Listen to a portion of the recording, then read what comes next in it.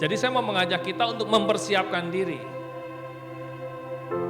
Tuhan sudah menang dan bersama Yesus kita lebih dari pemenang. Mari kita siapkan diri. Tidak ada istilah kamus di dalam Alkitab, di dalam anak-anak Tuhan yaitu kekalahan. Kenapa? Karena Tuhan sudah menang. Nah, bagian kita adalah kita harus mempersiapkan diri. Nehemia membangun pintu gerbang kuda. Nah, pada waktu itu pintu gerbang kuda rusak. Apa maksudnya, apa artinya? Itu melambangkan secara rohani bahwa keberanian gereja sudah hilang. Keberanian jemaat untuk berperang sudah hilang. Jemaat menjadi letih, lesu, tidak bergairah, tidak siap untuk menghadapi peperangan. Bapak Ibu Saudara, jemaat mungkin mengalami kelelahan baik secara fisik maupun secara rohani. Udah gak siap. Atau mungkin kita berdoa, kita berkata, Tuhan kok kenapa harus begini, kenapa harus begini. Belum selesai satu masalah, datang lagi masalah yang lain. Pintu gerbang kuda yang hancur itu menggambarkan kondisi jemaat yang tidak siap berperang. Kita udah capek, kita udah lemah. Nah, bulan ini kita mau membangun pintu gerbang kuda. Kita mau semangat Bapak Ibu Saudara. Kita mau siap untuk berperang.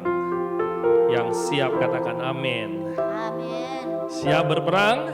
Haleluya. Ya, sekali lagi saya mau sampaikan, suka atau tidak suka, mau atau enggak mau, kita siap atau tidak siap, peperangan itu tetap ada di depan kita, Bapak Ibu Saudara. Jadi saya mau mengajak seluruh jemaat dengan kasih Kristus, anak-anak rohani yang ada, saya mau mengajak kita mempersiapkan diri. Kami juga mempersiapkan diri, kita semua mempersiapkan diri.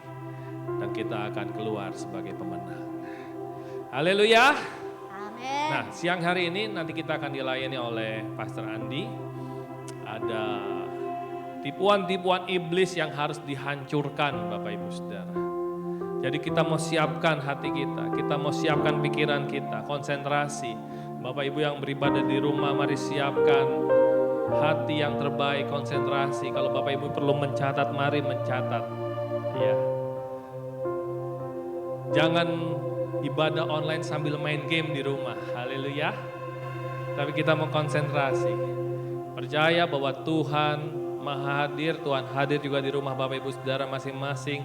Dan Tuhan mau mengubah hidup kita, Tuhan memberkati kita, dan Tuhan mempersiapkan kita untuk berperang dan menjadi pemenang.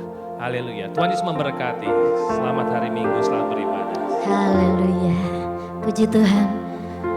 Bapak Ibu, saya cuma mau mengajak lagi. Mari bersama Bapak Ibu Gembala kita mau bersatu hati, kita mau semangat, amin. Semangat, kita mau menjadi batu-batu hidup tersusun terus dipakai oleh Tuhan, amin. Pujian yang akan kita naikkan ini mengatakan bahwa aku tak akan pernah berhenti untuk percaya. Percaya apa? Percaya kepada Tuhan. Sebab tak sekalipun Dia melupakan kita. Katakan amin. Amin. Haleluya. Mari saya mengundang kita berdiri kembali mengangkat pujian ini. Haleluya Tuhan. Haleluya Tuhan. Yesus. Terima kasih Bapa. Terima kasih Tuhan. Haleluya. Ya Tuhan.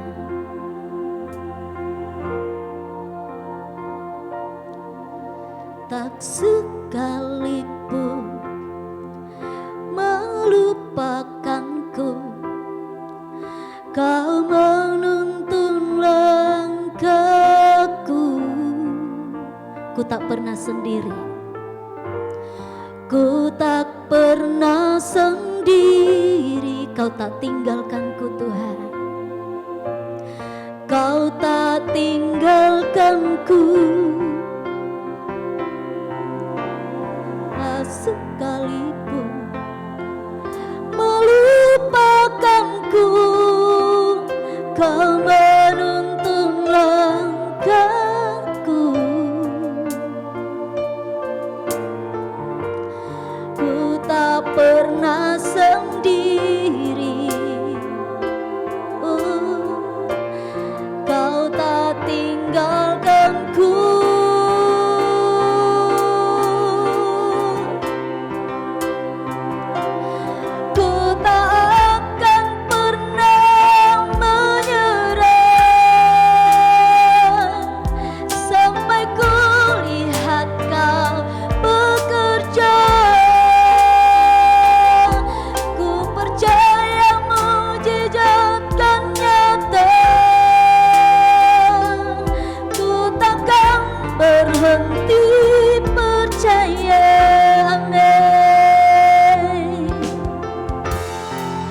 Haleluya Tuhan. Amin Bapa. Yesus. Haleluya. Sekalipun melupakanku, Kau menuntun langkahku. Oh, ku tak pernah sendiri, Kau tak tinggalkan kami Tuhan. Kau tak tinggalkanku. Ku tak akan pernah menyerah sampai ku lihat Kau bekerja. Ku percaya mukjizat kan nyata. Ku takkan berhenti percaya.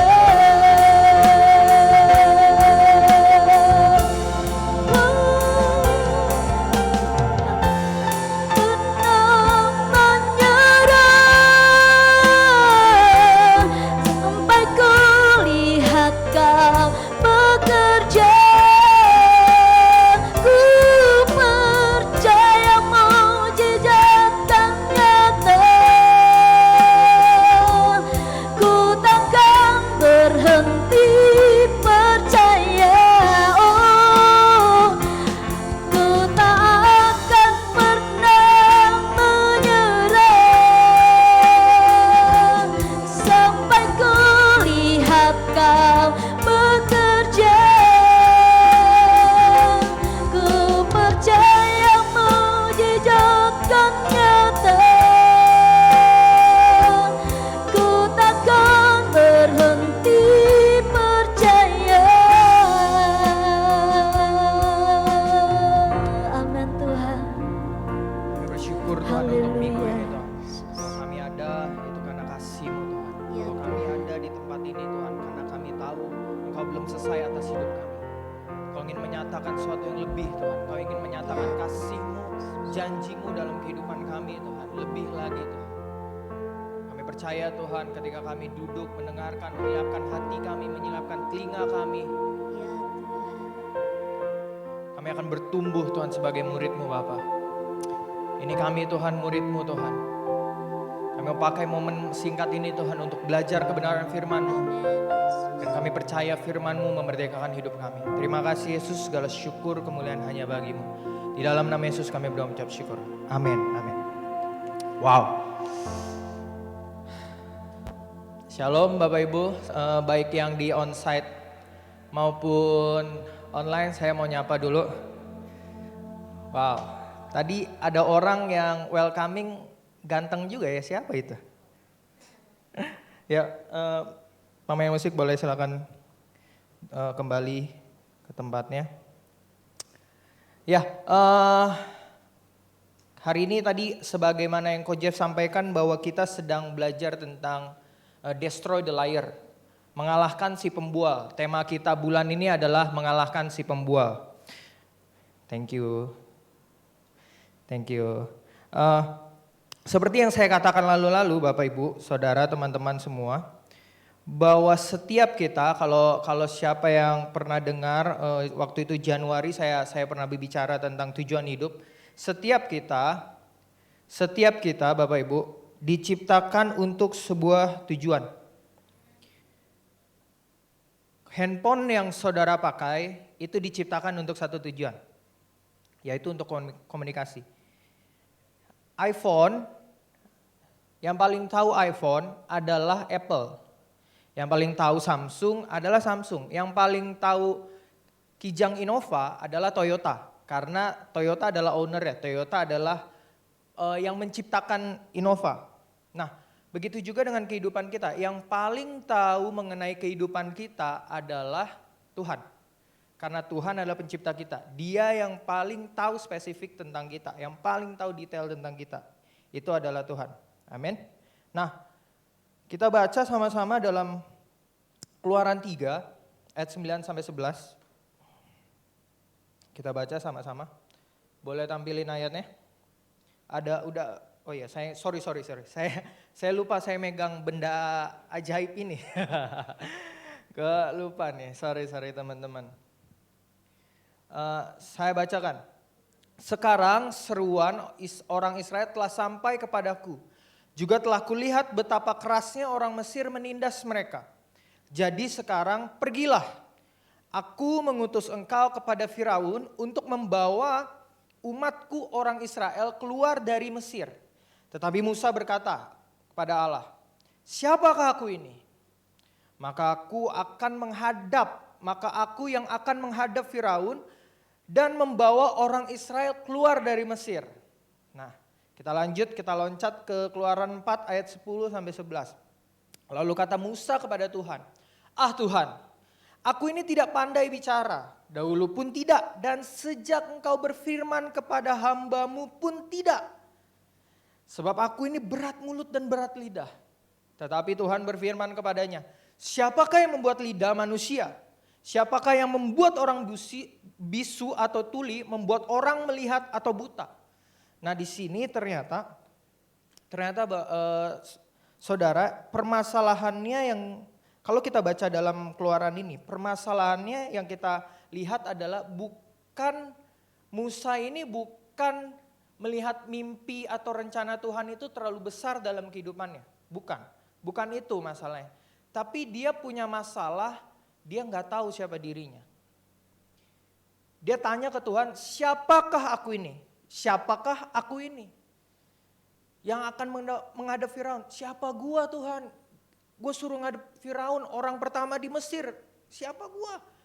Kayak kalau sekarang ke istilahnya, siapa saya harus menghadap Presiden Pak Jokowi. Wah itu kayak mustahil lah, siapa? Lalu Musa pun berdebat sama Tuhan. Bayangin, ciptaan berdebat sama penciptanya. Seakan-akan penciptanya nggak tahu dia ini punya kekurangan. Bayangin, dia sampai bilang ke Tuhan loh, dia peringatin Tuhan. Tuhan, aku ini berat lidah sama berat mulut. Bayangin Tuhan diingetin sama Musa. Padahal Tuhan penciptanya Musa. Dan dia ngingetin Tuhan bahwa Tuhan, aku ini tidak pandai bicara. Dia kira Tuhan gak tahu bahwa Musa tidak pandai bicara. Makanya, nah ini Tuhan udah mulai naik emosinya udah mulai naik. Sampai dia bilang, siapakah yang membuat mulut? Siapakah yang membuat manusia bisu atau tuli? Siapakah yang bisa membuat manusia itu buta? Bukankah aku? Kalau di lanjutannya, nanti Bapak Ibu Saudara bisa lihat lanjutannya Tuhan justru ngomong, bukankah aku Tuhan? Nah permasalahannya, jadi tujuan yang Tuhan tetapkan, sekalipun kita tahu rencana Tuhan, kalau kita tidak tahu siapa diri kita, maka rencana Allah tidak akan bisa tergenapi dalam hidup kita. Maka mimpi kita tidak akan bisa kita genapi. Iblis tahu betul bahwa identitas diri manusia itu sangat penting. Sekali manusia tahu siapa dirinya di dalam Allah, dia akan hidupnya berubah total. Makanya itu ketika Yesus memulai pelayanannya, yang diberikan Bapa itu pertama identitas. Waktu Yesus dibaptis, Allah menampakkan diri dari atas dan berkata bahwa inilah anakku yang kukasihi. Kepadanya aku berkenan. Yesus bukan diberikan kuasa duluan, tapi dia diberikan oleh Tuhan identitas diri. Dia katakan, ini anakku. Dan kepadanya aku berkenan. Kalau Bapak Ibu Saudara lihat nanti pencobaan di padang gurun, itu benar-benar iblis itu hajar Tuhan. Yesus itu dicobain di padang gurun dan ketika Yesus selesai berpuasa, Yesus itu dicobain sama iblis. Dari setiap kata-katanya yang diincar itu selalu tentang identitas dirinya. Kalau kamu anak Allah, katanya kamu anak Allah nih. Coba dong ubah batu-batu ini jadi roti. Kalau saya jadi Yesus mah, jangankan batu-batu ini jadi roti. Kamu aja bisa saya ubah jadi siomay. Ya kan? Tapi Yesus different ya, Yesus beda ya kan? Beda. Bayangin dia juga udah selesai puasa, seharusnya dia punya hak untuk makan. Bayangin udah punya hak untuk makan tapi iblis ini cobain kalau kamu anak Allah. Selalu perhatikan kalau kamu anak Allah, coba buktiin diri kamu. Lalu dibilang, coba lihat seluruh dunia ini. Kalau kamu mau sujud, akan kuberikan. Coba kamu jatuhin diri kamu ke jurang. Katanya kalau anak Allah nih, katanya kalau anak Tuhan, akan ada malaikat tolong. Semuanya dihancurin. Iblis tuh tahu betul kalau Yesus gak tahu siapa dirinya, maka misinya akan gagal. Maka dia akan ngikutin apa maunya iblis. Nah sama ketika kita tidak tahu tujuan identitas diri kita, maka kita akan terperangkap dengan kebohongan-kebohongan yang iblis suntikan dalam pikiran kita. Amsal 23 ayat 7 dibilang, bagaimana kita berpikir tentang diri kita, demikianlah itu. Nah gak usah jauh-jauh, biasa kalau seminar motivasi orang kan selalu bilang mindset ya kan, mindset. Tapi memang betul, bagaimana kita berpikir tentang diri kita akan menentukan tindakan kita. Bagaimana saya berpikir tentang saya akan menentukan nilai saya nantinya. Kalau saya berpikir bahwa saya orang yang gagal, maka setiap perbuatan yang saya lakukan itu seperti orang yang gagal. Saya gak akan pernah bisa maksimal. Nah, oleh sebab itu penting untuk kita tahu identitas diri kita di dalam Tuhan. Apa itu gambar diri? Kita lanjut ya. Nah, gambar diri yang salah akan merusak dan menghalangi rencana Tuhan di dalam kehidupan kita. Pastikan makanya hari ini kita belajar tentang identitas diri. Dan saya percaya firman ini akan memerdekakan hidup kita semua. Dan kita akan menjadi pembangun-pembangun yang siap berperang. Katakan amin. Nah, next, ini nggak bisa nih. Sorry.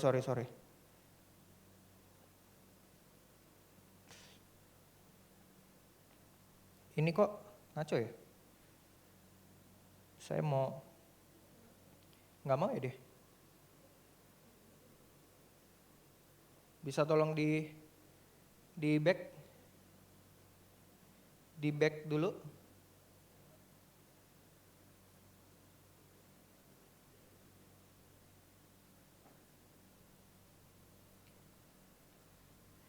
Itu baterai full kok. Baterai full. Sebentar ya Bapak Ibu ya. Ini gak bisa, tolong difokus, balikin lagi ke fokus di F5-in biasanya. Kalau gak dibantu back di poin di penjelasan mengenai gambar diri. Apa itu gambar diri? Nah, kita lanjut ya Bapak Ibu ya. Sesambil tim menyiapkan slide-nya. Gambar diri, untuk yang Bapak Ibu kalau belum tahu, gambar diri adalah bagaimana seseorang melihat dirinya, bagaimana kita sebagai manusia melihat diri kita, melihat cermin diri kita di masa sekarang dan yang akan datang. Yang saya maksud begini, ketika kita bercermin atau kita lagi ngaca nih, pasti semua orang suka ngaca kan sehabis mandi setidaknya. Biasanya kita ngaca untuk memperhatikan wajah kita. Nah, ketika kita lagi ngaca atau bercermin, apa yang kita lihat dalam diri kita? Yang saya maksud bukan keadaan fisik, yang saya maksud adalah bagaimana kita memandang diri kita. Apakah ketika saya bercermin, apakah saya lihat orang yang gagal atau orang yang sukses? Ketika saya bercermin, apakah saya lihat orang yang layak dikasihi atau dicintai, atau orang yang tidak sama sekali layak untuk dikasihi dan dicintai? Ketika saya bercermin nih, apakah saya melihat orang yang layak dipercaya atau tidak? Nah ini yang saya maksud dengan gambaran diri kita ya, gambaran diri kita. Nah thank you, udah bantu. Kita back, ini masih kejauhan. Waduh ini slide-nya, oh nggak ada ya ternyata ya, kayaknya ke skip nih saya nih. Nanti ke timpang tindih, sorry, maaf. Kita lanjut. Jadi ketika kita melihat diri kita di cermin, kita ngelihat diri kita kayak apa? Dan ketika kita ngelihat diri kita di cermin, itu menentukan bagaimana kita menaruh nilai terhadap diri kita. Kalau kita berpikir saya orang yang gagal, maka tindakan-tindakan kita, maka aktivitas kita akan juga dipengaruhi oleh apa yang kita pikirkan. Oke? Nah, poin yang pertama tadi kita udah tahu bahwa gambar diri yang salah merusak dan menghalangi rencana Tuhan dalam hidup kita.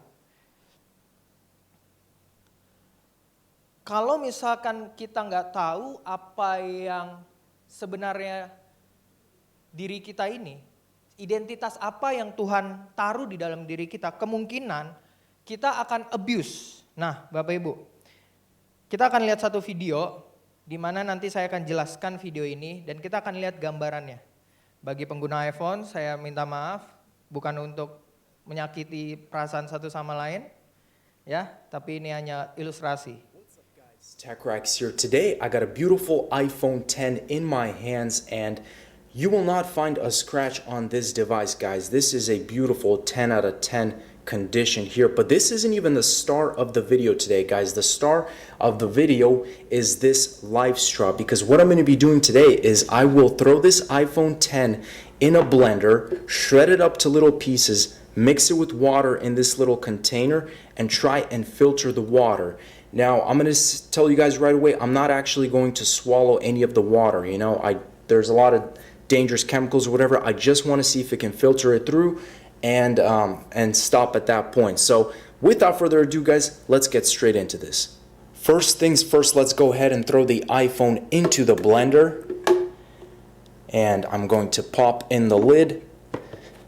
This blender does have turbo mode, so hopefully it does shred it into little pieces, although it's not aluminum anymore.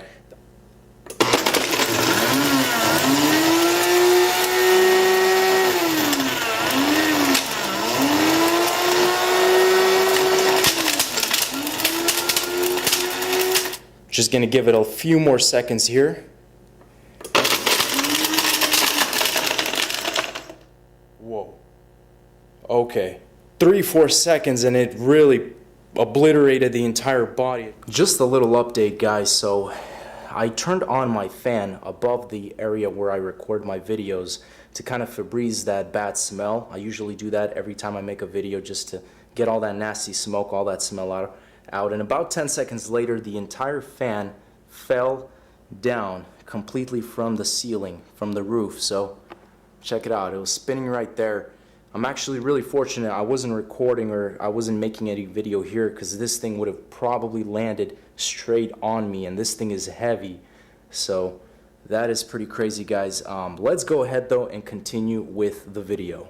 Okay, I've got all of the debris in this little container. None of the bigger pieces, but I've got the camera in here, just kind of the smaller powdery stuff. And there's a little bit of the metallic pieces scattered in there as well here, but looking good. I'm gonna go ahead and mix it. Just added some water and it just started bubbling up and fizzing in here. It's still warm, but oh, that does not look very safe. In fact, I'm starting to smell more of the stuff coming straight up. More of the odor is coming out again. Okay, let's go ahead and do this, guys. I'm a little bit nervous. As soon as I feel any liquid, I'm just gonna spit it out right here. And I think I'm only gonna do it once because this stuff is still bubbling. Let's go ahead and see what happens.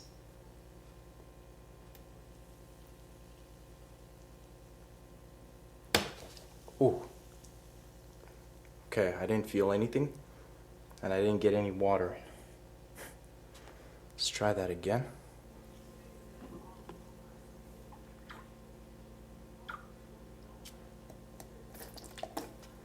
And there it is.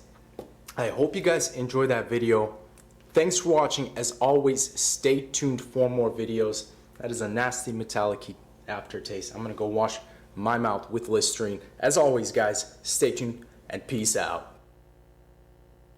Wow. Jadi orang ini Bapak Ibu melakukan eksperimen. Dia beli sedotan elektronik.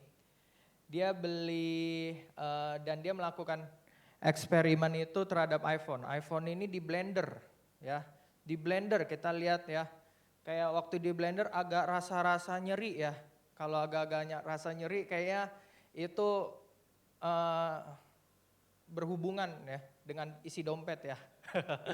Kita tahu iPhone itu mahal kan.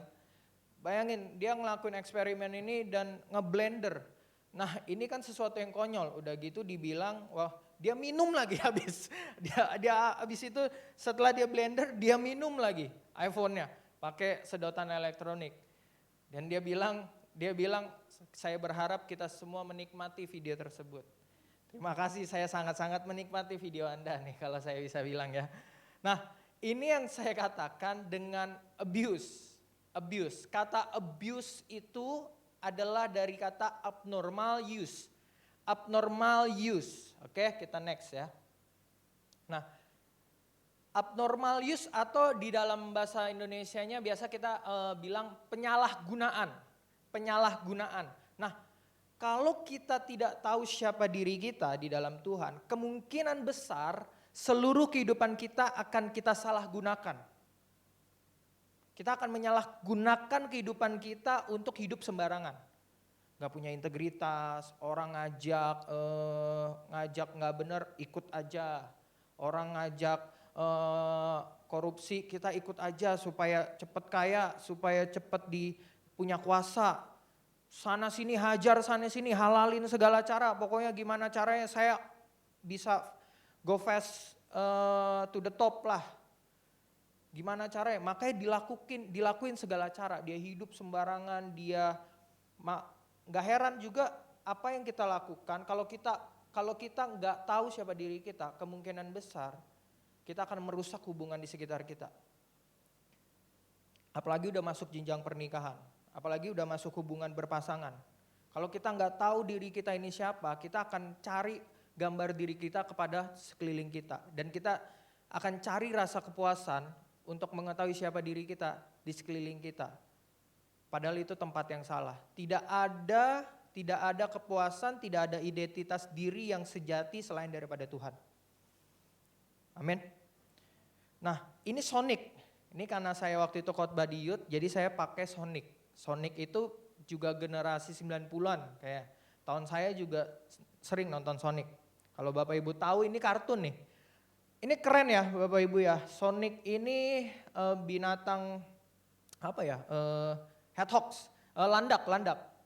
Dia ini landak ya, dia punya kecepatan yang sangat tinggi ya. Nah, Sonic awal-awal saya lihat di kartun dia seperti ini. Keren kan ya, lucu ya. Tapi Hollywood akhirnya membuat versi remake. Dia ulang lagi. Sonicnya dijadiin ke layar lebar, akhirnya diubah lagi. Waktu pertama kali saya lihat awal remake-nya atau dibuat ulang, saya benar-benar kaget. Ini kan bagus ya. Tahu-taunya di awal dibuat ulang jadi kayak gini. Aduh. Ini kan penghinaan bagi pencinta Sonic awal-awal tahun nih ya. Ini jadi kayak gini, jelek kan. Animasinya begini, detailnya giginya gini, sedangkan ini beda jauh ya. Ini kelihatan lucu. Kalau ini imut ya, ingin muntah ya maksudnya. Nah, ini yang saya bilang dengan abnormal use. Nah, ini yang saya bilang dengan abnormal use. Kejadian 1 ayat 26 Tuhan berfirman kepada kita bahwa kita ini diciptakan menurut gambar dan rupa Tuhan. Ini identitas pertama kita.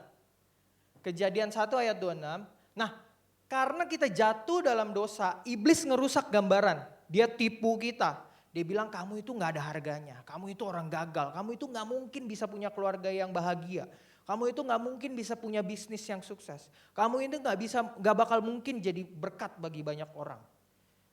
Iblis suntikin itu dalam pikiran kita. Lama-lama gambar diri kita ini rusak. Kamu itu selamanya udahlah, kamu ini orang berdosa. Jangan sok suci, jangan sok ke gereja lah. Gak ada ubah-ubahnya. Gak ada perubahan juga kan toh gitu. Dia terus suntikan kebohongan dalam hidup kita. Makanya gak heran kita hidup di dalam kebohongan iblis. Dan akhirnya kita menjalahgunakan identitas kita sehingga sekeliling kita menjadi korban. Karena kita mencari terus, kita jadi vacuum cleaner kemana-mana. Tolong puasin dong. Kita selalu mencari dan kita akhirnya merasa takut. Merasa takut kalau saya nggak turutin teman saya bakal kehilangan teman nih.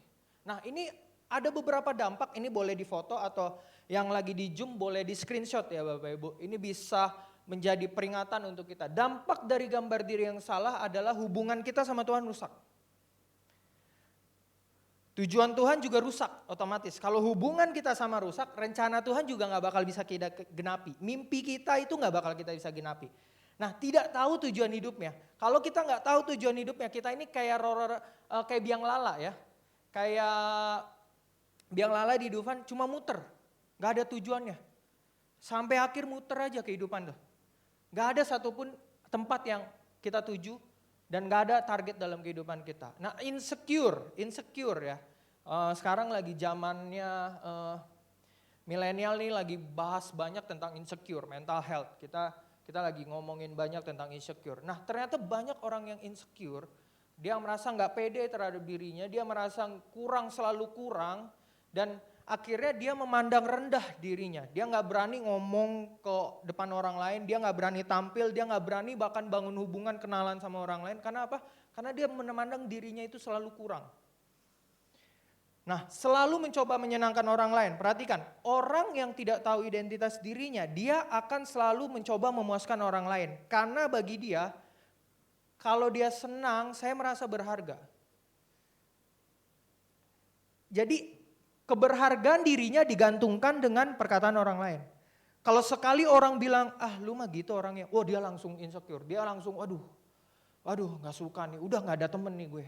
Udah hancur lah, udah gak ada yang mau temenan. Emang sih aturan gue lakuin apa yang dia lakuin. Sekalipun yang dia lakuin suruh yang gak benar. Suruh udahlah ngerokok aja, udahlah minum-minum aja lah, gak apa-apa. Kalau lu gak mauin gue gak temenin. Waduh akhirnya karena kita takut kehilangan teman, kita takut kita mencoba menyenangkan, akhirnya kita ikutin. Nah tidak bisa dikritik atau baper. Karena dirinya ini sensitif, insecure bawaannya. Sekali dikritik langsung marah. Gitu, selalu kayak apa?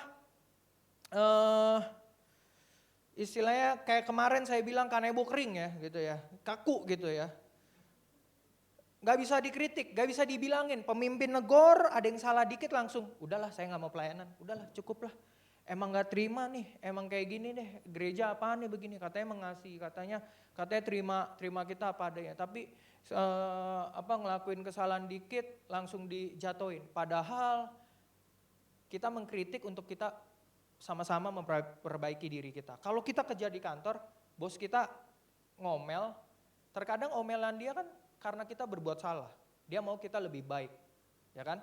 Nah, ini biasa terjadi di dalam anak-anak muda nih, mengidolakan figur yang salah.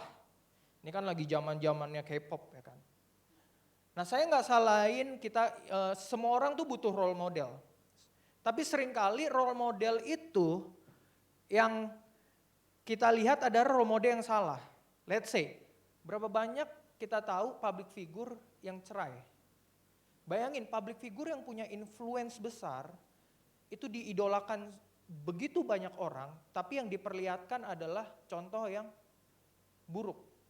Bayangin kalau itu dicontoh oleh generasi selanjutnya. Orang-orang menganggap perceraian itu adalah satu hal yang lazim. Orang-orang menganggap bahwa having sex before married, mempunyai hubungan seks, melakukan hubungan seks sebelum menikah itu hal yang normal. Karena mereka lihat figur yang salah. Dia mencari identitas, ini orang keren ya, kayaknya followernya banyak, terkenal, YouTube-nya juga terkenal. Wah aku lihat ya, pokoknya kalau dia ngomong bego, saya ikutin bego. Kalau dia ngomong maaf, sorry itu saya anjing, saya ikutin anjing. Karena bagi dia keren. Nah ini mengidolakan figur yang salah. Ya, tidak dapat menikmati janji-janji Tuhan. Nanti kita lihat slide selanjutnya kita akan belajar ini. Menjadi budak dosa, penuh kepalsuan. Di depan baik kan, supaya dilihat orang nih, saya nih sempurna. Tapi padahal di belakang kita bobroknya bukan main. Kita ngomongin orang, tapi kalau di depan dia kita baik. Ya kan? Asal Bapak suka, ABS biasa ya. Jadi kalau kan terkenal ya muka dua gitu kan, kalau di kantor gitu kan. Oh jago banget ngejilatnya nih orang nih, terkenal gitu kan. Paling cepat untuk naik jabatan gitu. Nah, jadi penuh kepalsuan hidupnya. Karena tidak mau terlihat tidak sempurna. Dia takut dijudge sama orang. Nah, menjadi budak dosa. Kita jadi hidup asal-asalan, kita selalu berpikir udahlah gue gak pernah bisa menang dalam hari ini ya. Kalau gue emang udah orangnya beginilah, saya mah emang orangnya udah emosian, saya mah orangnya memang udah emang perkataannya begini, saya memang orangnya mah udah gak mungkin bisa lepas lah dari pornografi, udah gak bisa lepas lah dari yang namanya seks bebas, dari namanya candu alkohol, saya udah gak bisa lepas lah. Nah jadi budak dosa. Padahal bukan ini yang Tuhan mau. Bukan ini yang Tuhan inginkan di dalam kehidupan kita. Poin yang kedua yang kita bahas, makanya dari identitas diri yang benar menimbulkan tentang nilai diri. Gambar diri kita menentukan nilai dan harga diri atau harga diri, dan nilai diri kita menentukan siapa yang akan datang ke dalam kehidupan kita. Saya kasih contoh. Waduh, tunggu. Kalau ngelihat ini gimana ladies? Gimana bapak-bapak, ibu-ibu biasa kalau lihat yang sign-sign kayak gini? Jangankan ladies atau jangankan ibu-ibu ya. Saya pun kalau ngelihat kayak gini langsung melotot ya sekarang ya. Jangan cowok-cowok juga udah nggak mau kalah gitu. Semenjak ada apalagi ada e-commerce kan, semuanya flash sale. Waduh, itu tuh udah benda-benda yang gak akan kita pakai aja kita beli. Ya, yang penting murah, yang penting diskon. Karena kita udah lihat sell up to 70%. Waduh, udah kalau 70% mah, waduh, udah kayaknya udah nggak bisa dilewatin nih, udah harus beli. Walaupun butuh nggak butuh, beli aja dulu, karena harga murah gitu. Nah, ini biasa kita lihat kan, ini kalau diskon 70% ya kan, biasa kita lihat di gerai-gerai ya. Bayangin, tadi ini rapi ya. Nah, sekarang kita lihat sebelahnya. Ini rapi ya, dilipet ya. Sekarang acak-acakan. Nah, biasanya yang kita lakukan kalau misalkan kita lagi di toko sale ya, yang sale up 70% atau 50%, biasanya kita lihat di gerai gitu kan. Kita kan selalu lihat, wah ini coba bagus. Rapi nih, tadi awalnya rapi kan, diambilnya rapi. Pas udah kita cobain tahu-tahu yang gak cocok, kita ngapain? Udah. Lihat lagi. Diambil lagi, yang tadinya dilipet rapi. Dibuka sama dia. Dilihat gak cocok, taruh lagi, dibuang. Gak ada yang kita lipat, jarang banget kita lipat. Kenapa kita bisa melakukan seperti itu? Karena kita lihat harganya itu udah drop. Udah turun. Jadi harga yang kita lihat itu menentukan apa yang akan kita lakukan terhadap benda tersebut. Kita treat asal-asalan, ya karena murah. Semua orang juga coba-cobain ya buang aja. Tapi kalau kita lihat satu lagi, dari brandnya aja udah kita, ini ya. Waduh, ini dari brandnya aja. Kita lihat tempat tokonya. Waduh, gimana? Kelihatan bukan perbedaannya Bapak Ibu ya? Kelihatan kan perbedaannya ya? Yang satu, waduh, disimpan di lemari, waduh, kan disimpan, bahkan ada beberapa yang dikunci. Kenapa? Karena nggak sembarangan orang bisa nyentuh. Kalau dia mau lihat barang atau dia menyentuh, dia harus izin dulu sama pegawainya. Kenapa? Tidak lain tidak bukan karena mahal. Ya kan? Karena mahal. Nah, biasanya juga orang-orang yang datang ke tempat ini juga sedikit. Pastinya kalau orang-orang yang datang ke tempat ini, dia juga pasti, kita biasa bilang apa? Sultan. Ya, kita bisa bilang dia sultan atau dia orang yang kaya, bahkan sangat kaya gitu. Jadi karena nilai ini mahal. Nilai apa yang kita pandang di dalam kehidupan kita Bapak Ibu, itu menentukan siapa yang akan mendekat di dalam kehidupan kita. Kalau kita perlakukan diri kita murah, gak heran orang-orang juga akan melihat kita murah. Kita gampangan, kalau kita gak pernah punya integritas dalam kehidupan ini, orang-orang akan semena-mena sama kita dan dia akan bisa ngajak kita kalau gue pengen bohong, kalau gue pengen kompromi, kalau saya ingin korupsi, saya ajak aja dia. Karena saya tahu dia gampangan. Tapi kalau dari awal kita bangun identitas diri kita benar di hadapan Tuhan, orang-orang tentu akan melihat kehidupan kita berbeda.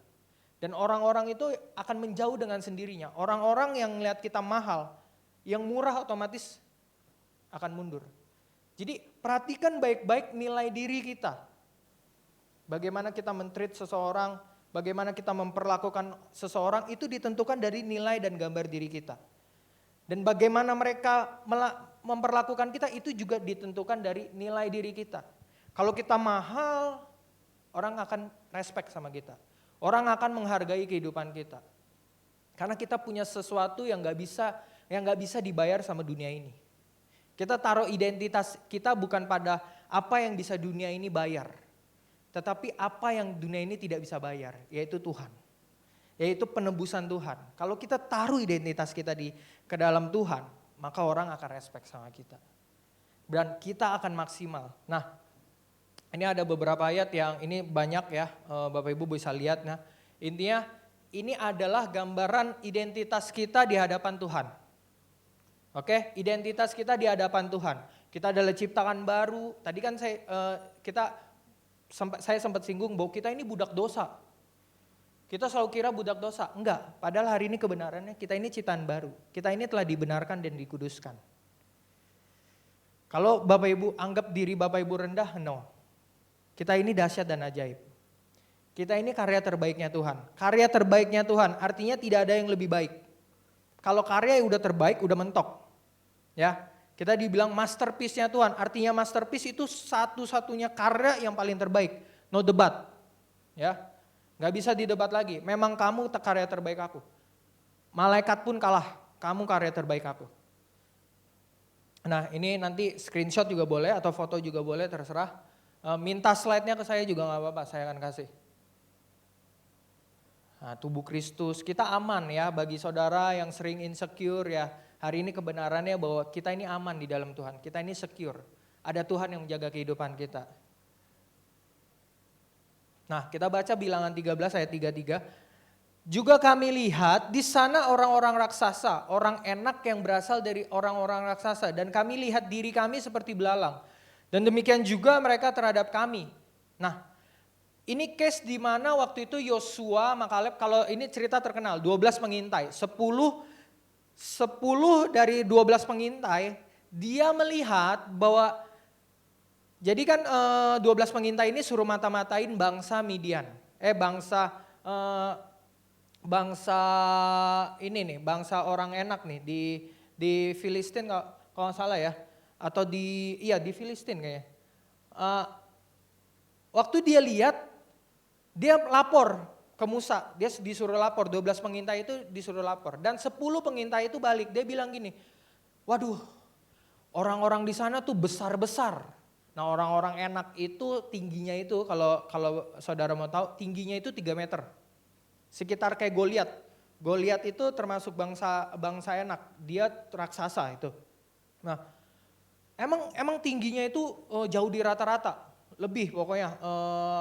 Nah dan mereka berkata bahwa orang enak yang berasal dari orang-orang raksasa dan kami lihat diri kami seperti belalang. Dan demikian juga mereka terhadap kami. Jadi 10 pengintai ini dari 12 pengintai, dia melihat bahwa orang-orang itu raksasa, kita ini kayak belalang. Yang namanya belalang kan kecil banget ya. Nah kalau kita pandang diri kita, ini sesuatu yang gambarin diri kita, mental kita. Kalau kita selalu, namanya kalau kita udah punya mental belalang ya, apapun sekeliling kita akan lihat besar. Karena kita nganggap diri kita belalang. Yang namanya belalang, ngelihat hal yang sebenarnya di mata kita kecil aja jadi gede. Karena kenapa? Karena kita selalu lihat dia belalang. Kita selalu lihat kecil banget diri kita. Nah, berbeda dengan Kaleb sama Yosua. Justru ketika dia lihat, justru ketika dia lihat orang-orang itu, dia malah beda responnya. Kalau orang ke 10 orang yang tadi dia bilang, aku takut nih, kita ini kayak belalang di hadapan mereka. Tapi Yosua Kaleb itu beda. Yosua Kaleb itu memandang dirinya justru malah ngotot. Kita akan berperang. Kita yakin kita bisa, kita akan menang. Lihat aja Tuhan akan berikan kita apa yang kita janjikan, apa yang dia janjikan.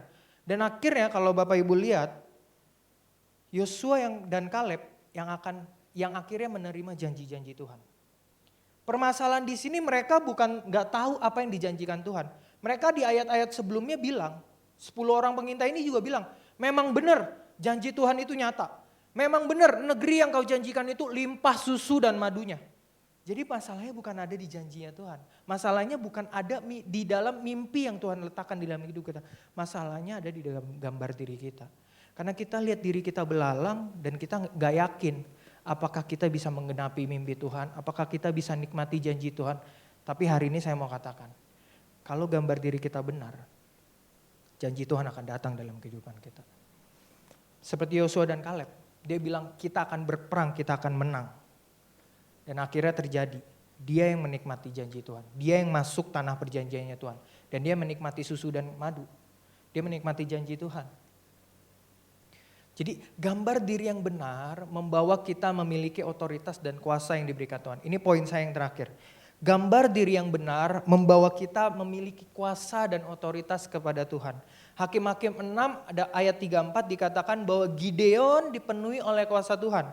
Nah, tahukah Bapak Ibu Saudara bahwa Gideon ini seorang pengecut, penakut. Dia ngirik gandum di tempat anggur. Seharusnya biasanya orang Israel itu ngirik gandum di luar. Kenapa? Karena dia ngandelin angin. Jadi waktu dia tabur gandum, sekamnya itu lewat ke bawah angin. Jadi gandum yang jatuh ya. Tapi karena waktu itu bangsa Median lagi menjajah Israel, si Gideon ini takut. Dia jadi ituin gandumnya di tempat anggur. Di tempat anggur itu nggak ada anginnya, Bapak Ibu. Ya, jadi dia di satu tempat, karena dia ketakutan, dikatakan di Alkitab karena dia ketakutan. Tapi ini yang membuat takjub. Ketika dia lagi dalam keadaan takut, ketika dia ngeliat dirinya kecil, malah justru Tuhan yang nampakin dirinya dan berkata, "Hai Gideon, orang yang gagah berani." Wow. "Hai Gideon, pahlawan yang besar," kata Tuhan. Bayangin, jadi Tuhan tidak pernah memandang kita rendah. Seringkali kita memandang diri kita rendah, padahal Tuhan tidak pernah sama sekali memandang diri kita rendah. There is more in you. Hidup kita ini belum selesai, saya mau katakan. Kalau kita pandang diri kita kecil hari ini, kebenarannya enggak. Tuhan pandang kita ini sebagai pahlawan yang besar, gagah berani. Tuhan melihat sesuatu yang enggak bisa kita lihat sendiri. Karena dia yang paling kenal kita. Seperti yang saya katakan dari awal, yang paling tahu tentang kehidupan kita adalah Tuhan. Jadi jangan gantungin identitas kita kepada keadaan kita. Kita boleh hari ini gagal, tapi saya mau kasih tahu, hidup kita belum selesai. Tuhan masih bisa berperkara. Tiada yang mustahil bagi Tuhan. Amin. Kita belajar karena Gideon pulih gambar dirinya, akhirnya Tuhan berfirman dan akhirnya dia berkuasa dan bisa mengalahkan orang-orang Median tersebut. Karena Kaleb dan Yosua pulih gambar dirinya, akhirnya dia bisa nikmatin janji Tuhan. Tuhan bilang dalam Lukas 10 ayat 9 dikatakan bahwa kita ini diberi kuasa sama Tuhan untuk melawan iblis. Jadi hari ini saya mau katakan, satu-satunya cara untuk kita menang dari gambar diri ini, kita lawan kebohongan-kebohongan iblis. Itu sebabnya saya tadi paparkan apa yang Tuhan katakan. Kalau misalkan kita lagi dalam keadaan down, kita rendah sekarang, mungkin kita gagal, keluarga kita kayak gini, gimana mimpi kita ini akan tercapai nggak? Bener gak sih gue bisa punya bisnis yang sukses? Bener gak sih aku bisa sekolahin anak aku? Bener gak sih aku bisa ngelihat orang tua, ngelihat pernikahan yang bahagia gitu? Jawabannya bisa. Karena Tuhan janjikan itu. Tuhan janjikan bahwa hidup kita adalah masa depan kita ada masa depan yang cerah. Bukan kecelakaan tapi damai sejahtera. Amin. Itu sebabnya kita belajar satu hal yang penting. Gambar diri kita menentukan nilai diri kita. Dan nilai diri kita membawa atau memiliki otoritas yang akan kita pakai dalam kehidupan kita. So hari ini pandang diri kita dengan apa yang Tuhan pandang. Maka kita akan lihat janji-janji Tuhan dalam hidup kita akan digenapi. Saya berdoa hari ini Bapak Ibu Saudara di tempat ini on-site maupun melalui via Zoom. Saya berdoa apapun yang hari ini Tuhan taruh. Apapun yang hari ini Tuhan taruh di dalam kehidupan saudara. Jangan nyerah. Jangan pernah menyerah.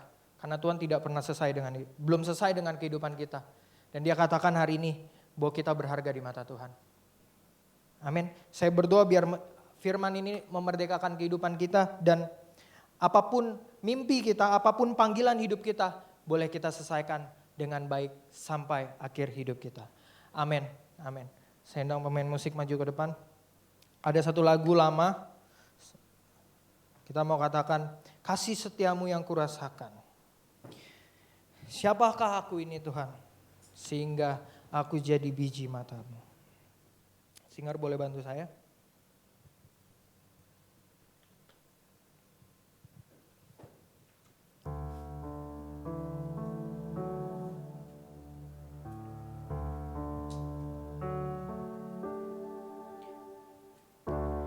Kasih setiamu yang ku rasakan lebih tinggi, lebih tinggi dari langit biru. Kebaikanmu yang telah kau nyatakan lebih dalam dari lautan. Berkat-Mu yang telah ku terima sempat membuatku terpesona. Apa yang tak pernah ku pikirkan, itu yang kau sediakan bagiku. Siapakah aku? Oh, siapakah aku ini, Tuhan? Jadi biji mata-Mu. Dengan apa? Dengan apa ku balas Tuhan selain puji dan sembah? Oh, siapakah aku? Siapakah aku ini, Tuhan? Jadi biji mata-Mu. Dengan apa aku balas Tuhan selain puji dan sembah? Siapakah aku ini, Tuhan? Jadi biji mata-Mu. Dengan apa kan ku balas Tuhan selain puji dan sembah Kau. Bapak Ibu Saudara, siang hari kita belajar. Langkah yang pertama yang harus kita lakukan untuk membangun pintu gerbang kuda, yaitu mari kita membangun identitas diri kita yang benar di hadapan Tuhan. Bapak Ibu Saudara semua adalah ciptaan Tuhan yang terbaik. Amin. Bapak Ibu Saudara adalah masterpiece-nya Tuhan. Tuhan adalah Allah yang sempurna, dan waktu Dia menciptakan kita, Dia menciptakan kita dengan sempurna. Amin. Mari seminggu ini, sebulan ini kita mau kembali membangun. Dan hari ini yang pertama yang harus kita bangun kembali, yaitu identitas kita. Pastor Andi sudah menyampaikan dengan luar biasa, dengan jelas. Pada waktu Yesus dibaptis, hal pertama yang terjadi adalah identitas yang benar di hadapan Tuhan. Engkaulah anakku yang kukasihi, waktu Yesus dibaptis. Dan siang hari ini juga Tuhan mau berkata kepada kita semua, Bapak Ibu Saudara, engkau adalah anakku yang kukasihi. Dan Tuhan berkenan kepada kita semua. Mari kita membangun identitas kita di dalam Tuhan. Amin. Jangan seperti bangsa Israel, 10 pengintai dia berkata, wah benar negerinya bagus, penuh dengan air madu, air susu. Tapi penduduknya raksasa. Kita ini seperti belalang. Mereka menggambarkan diri mereka sendiri seperti belalang. Padahal mereka adalah umat-umat Tuhan. Mereka adalah umat pilihannya Tuhan. Bapak Ibu Saudara, saya tidak tahu apa yang Bapak Ibu Saudara alami. Mungkin kau mengalami kesulitan, kau berjuang menghadapi segala sesuatu, kayaknya kok ini tidak berhasil, tidak ada yang baik, tidak ada yang benar, tidak ada yang sepertinya berjalan dengan baik, kok semua masalah, tantangan. Nah hari ini mari kita sadari dulu bahwa kita adalah anak-anak Allah yang Maha Kita adalah umat pilihan Tuhan. Miliki identitas yang benar di hadapan Tuhan. Jangan sampai kebohongan melumpuhkan kita. Tetapi kita mau hancurkan semua kebohongan iblis. Dan kita akan maju sebagai pemenang. Haleluya. Baik, kita akan berdoa sama-sama. Bapa di surga, kami datang kepadamu siang hari ini. Berkati setiap umat-umatmu ya Tuhan. Dimanapun umat-umatmu berada. Baik yang beribadah di Season City maupun yang beribadah di rumah masing-masing. Tuhan, turunlah anugerah yang besar dalam hidup setiap umat-umatmu. Pulihkan hidup kami umat-umatmu. Biar kami boleh mengerti keberadaan kami. Biar kami boleh mengerti gambar diri yang benar. Biar kami boleh mengerti identitas kami yang benar. Kami bersyukur Tuhan Yesus sudah mati di salib untuk menebus setiap dosa dan kesalahan kami. Kami bersyukur Tuhan sudah memberikan yang terbaik kepada kami. Dan kami mau melangkah bersama-sama dengan Tuhan. Terima kasih Tuhan Yesus. Sepanjang minggu ke depan setiap tugas pekerjaan umat-umatmu diberkati oleh Tuhan, dijaga oleh Tuhan, dilindungi oleh Tuhan. Tuhan berhasil. Tuhan angkat umatmu menjadi kepala dan bukan ekor. Umatmu akan tetap naik dan tidak turun. Dan kami mau selalu mengucap syukur kepada Tuhan. Sebab Tuhan baik. Bahwasanya untuk selama-lamanya kasih setiamu dalam hidup kami. Pulihkan hidup kami umat-umatmu ya Tuhan. Biar kami semua boleh memiliki gambar diri yang benar. Kami boleh mengerti identitas kami di dalam Tuhan. Dan kami akan tetap kuat. Penuh dengan keberanian. Masuk ke dalam medan peperangan. Dan keluar sebagai pemenang. Segala tipu daya iblis, setiap dusta-dusta yang diberikan oleh iblis, kami hancurkan di dalam nama Yesus. Terima kasih Tuhan Yesus, terima kasih. Dan siang hari ini Bapa, anugerahkanlah berkat yang terbaik daripadamu Bapa. Kasih sayang dan anakmu yang tunggal Yesus Kristus, tak persekutuan dari Allah Roh Kudus, menyertai setiap umat-umatmu, mulai siang hari ini sampai Maranatha. Tuhan Yesus datang kembali di awan-awan yang permai. Dalam nama Yesus kami berdoa. Kita semua mengasihi Tuhan, sama-sama katakan amin. Terima kasih Bapak Ibu Saudara, Tuhan Yesus memberkati.